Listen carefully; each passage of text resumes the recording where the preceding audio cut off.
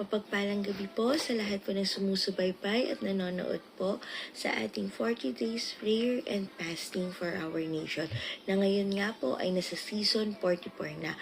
Bago po tayo magsimula, samahan niyo po muna ako sa maikling panalangin. Hallelujah, Hallelujah, Jesus. Hallelujah, Father God.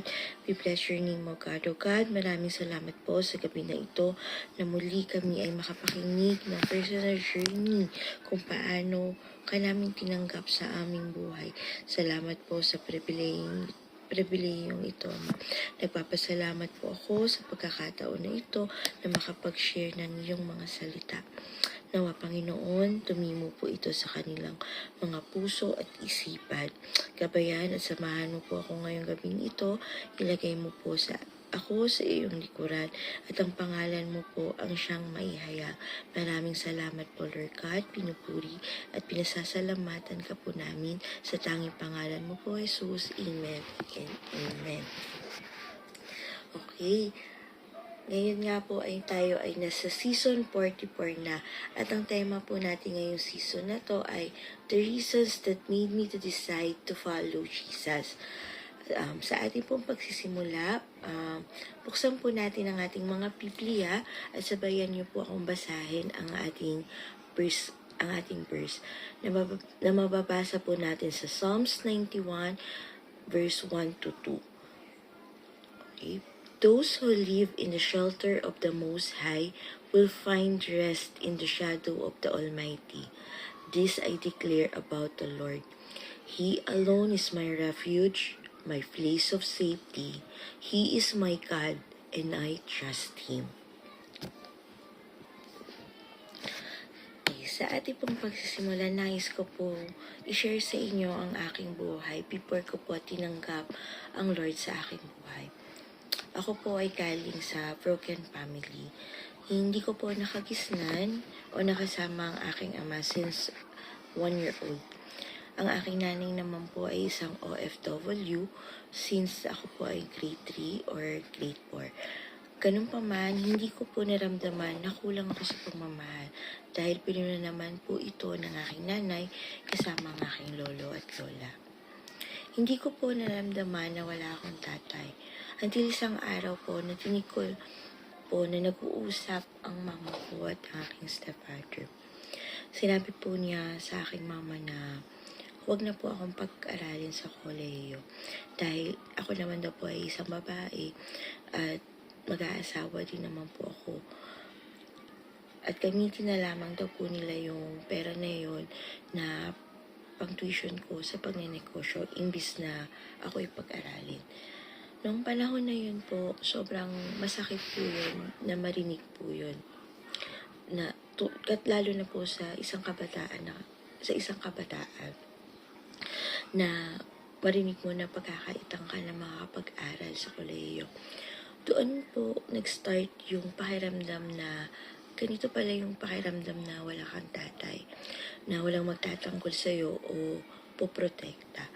Pero kinip ko po yung pain na yun sa sarili ko dahil sa isip ko, lilipas din naman yung sakit na yun. Until dumating yung time na naghiwalay po sila, yung mama ko. At nung time na po yun, kapapanganak ang ni mama sa kapatid ko. So at the age of 17 po, kinakailangan ko po na magtrabaho at tulungan ang mama ko na mag-provide po sa aming pamilya. At the same time, gusto ko rin naman po makaipon para makapasok sa kolehiyo. Nakasurvive naman po kami ni mama at ng kapatid ko. Nakapag-ipon kami at muli namin nabuhay at nabuksan po ang aming maliit na tindahan. Na yun po yung isa sa naging pinagkukuhan namin ng income. Hanggang isang araw po uli, after 2 years po,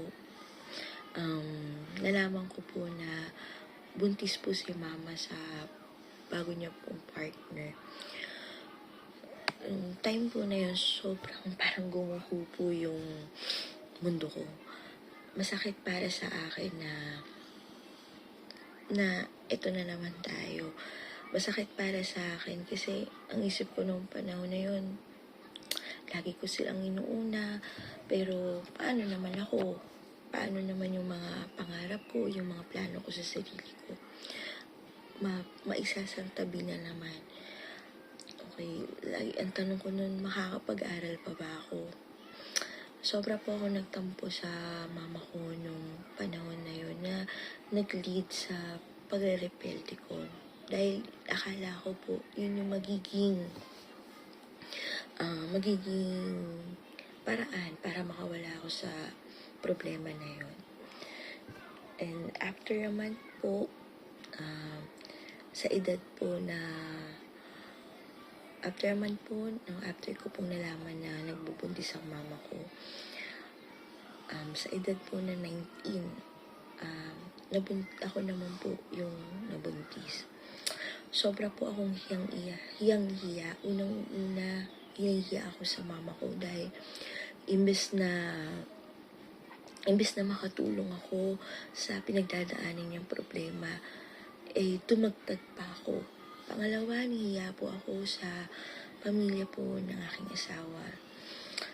Dahil nung panahon na po yun, ay graduating na din po siya ng college. Hindi rin kami financially, emotionally, mentally, physically, at spiritually stable. Wala kaming matibay na pundasyon nung nangyari po yun. Naisip ko po nung panahon na yun na ipalaglag po yung baby dahil sa takot. Dahil po sa takot na mahusgahan ako ng mga tao, ng mga mag-anak namin, ng mga nakakilala sa akin, natakot po ako. Hindi po ako, noong time po na yun, hindi po ako pala simbang tao. Siguro po, magsisimba lang ako tuwing birthday or Christmas Eve. Dahil ganun din po kasi yung nakalakihan ko. Pero noong time po na yun, pumasok ko sa isang simbahan. Nagsimba ako, umiiyak po ako. Iyak ako ng iyak. Ang tanong ko lang sa Lord, Lord, anong gagawin ko? Ano yung gagawin ko sa sitwasyon kong to? And then yun po, kinabukasan, nabasa po ni mama yung conversation namin ng asawa ko sa nais ko pong gawin sa baby namin. Ayun po, nung nalaman po ng mama ko na nais ko ipalaglag yung pinagbubuntis ko, ang ginawa lang po ng mama ko, niyakap niya ako. Tanging sinabi niya lang sa akin, ano man sabihin sa'yo ng mundo, ano man sabihin sa'yo ng mga taong nakapaligid sa'yo, anak kita. Mahal kita at anak kita. Alam niyo po yun na marahil yun po yung naisip ko, marahil yun po yung naging sagot ng Lord sa mga katanungan ko nung nagdasal po ako sa Kanya.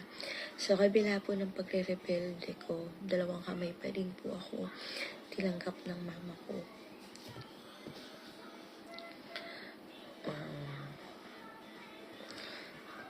Hindi po naging madali yung journey naming mag-asawa nung nagsimula kami.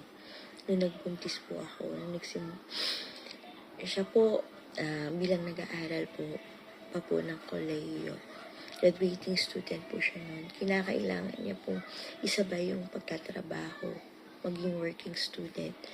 Nag-aaral po siya sa umaga, sa gabi, kailangan niya naman po magtrabaho.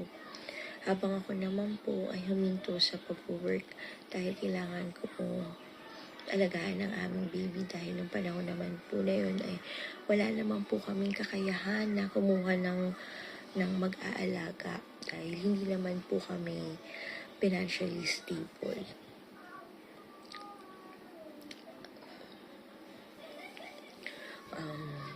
Alam niyo po yung hindi po siya, pag naaalala ko po yung pinagdaanan namin, sobrang hindi po siya madali.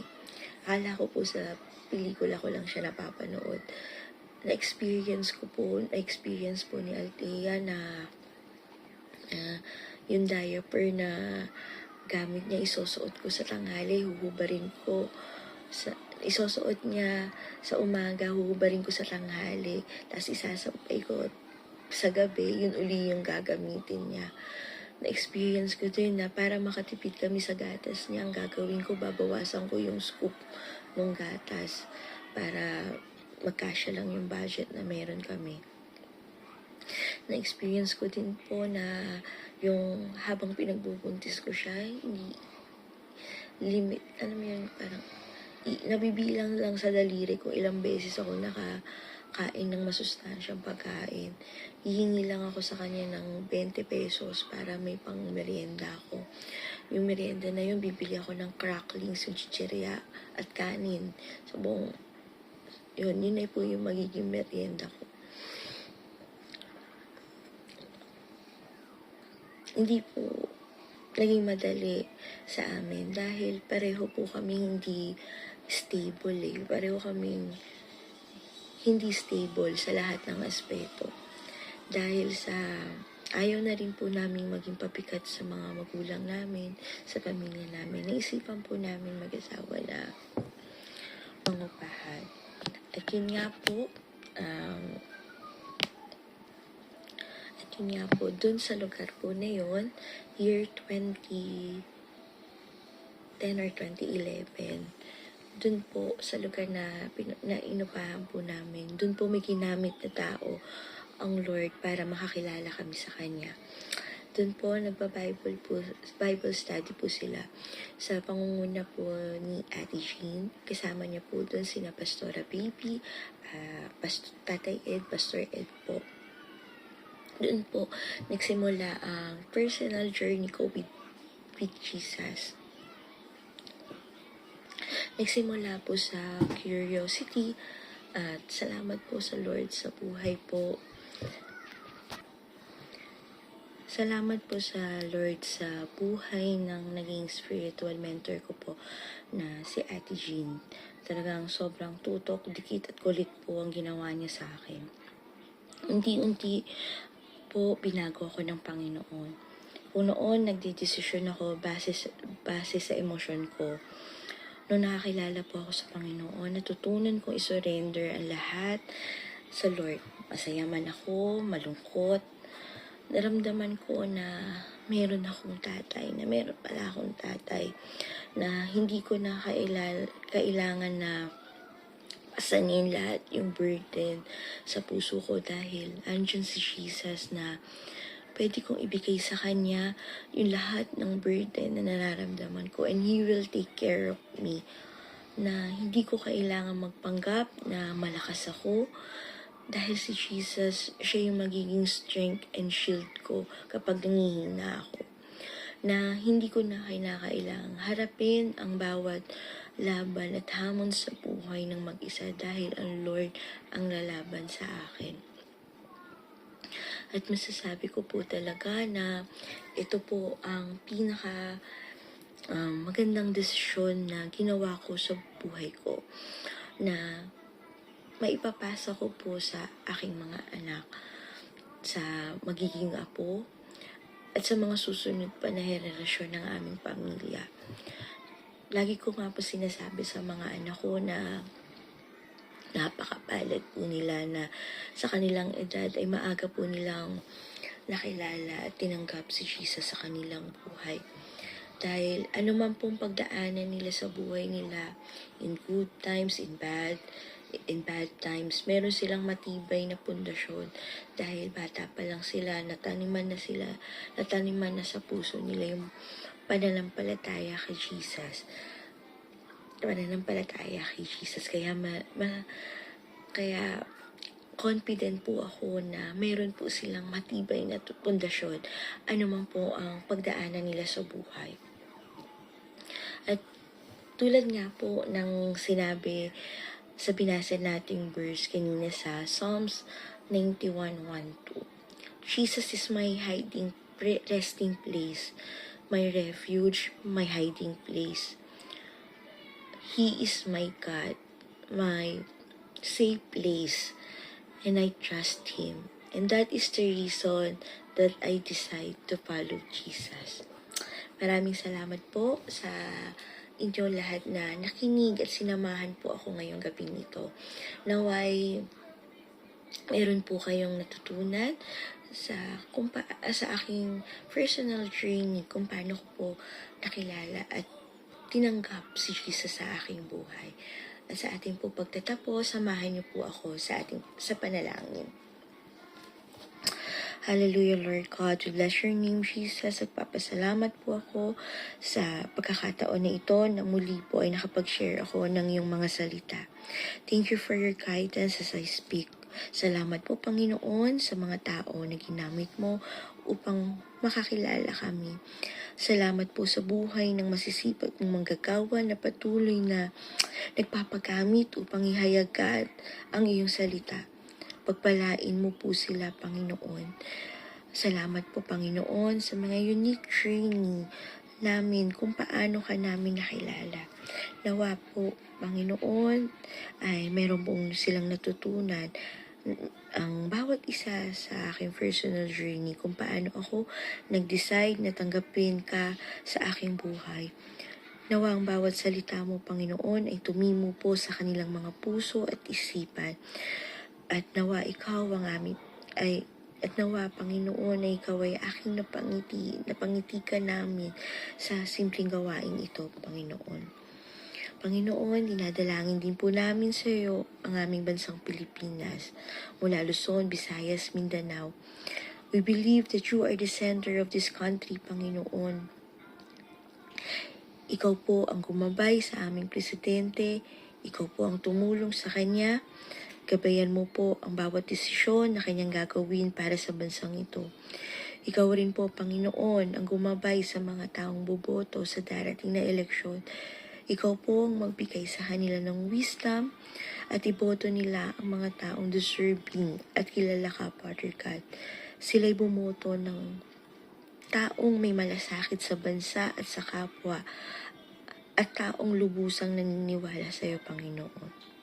Lahat ng ito po ay tinataas namin sa iyo at ngayon pa lamang po, Panginoon, ay labis na po kami nagpapasalamat sa iyo. We praise you, Lord God. We glorify your name. In the mighty name of Jesus, Amen and Amen. Magandang gabi po and God bless po sa lahat.